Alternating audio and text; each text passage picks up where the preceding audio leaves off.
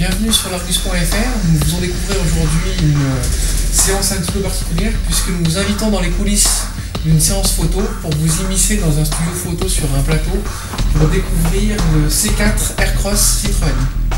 Citroën dévoilera à Genève son nouveau 4x4 compact, le C4 Aircross. Il y prendra son premier bain de foule. Pour pouvoir le conduire, il faudra attendre les essais qui se dérouleront fin mars.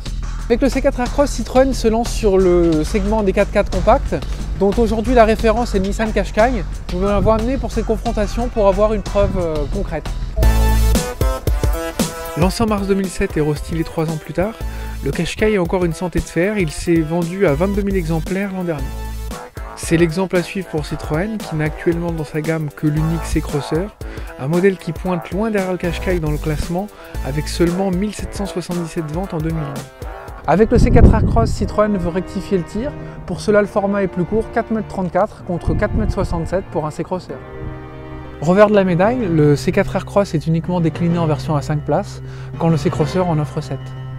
Arrivé le dernier sur le segment, le C4 Aircross soigne sa présentation.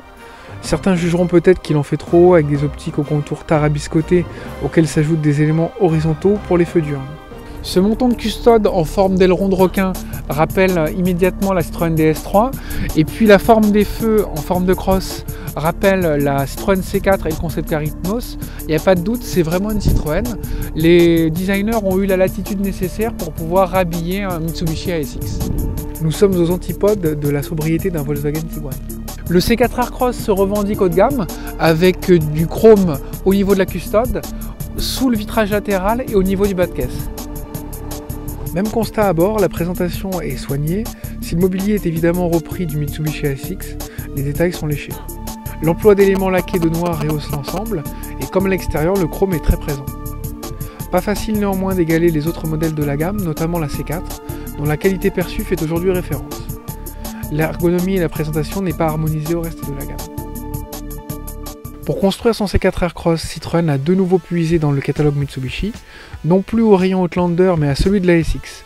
Qu'importe, le châssis est commun aux deux modèles nippons, le coût de développement est donc moindre et l'assemblage du véhicule est assuré au Japon chez Mitsubishi.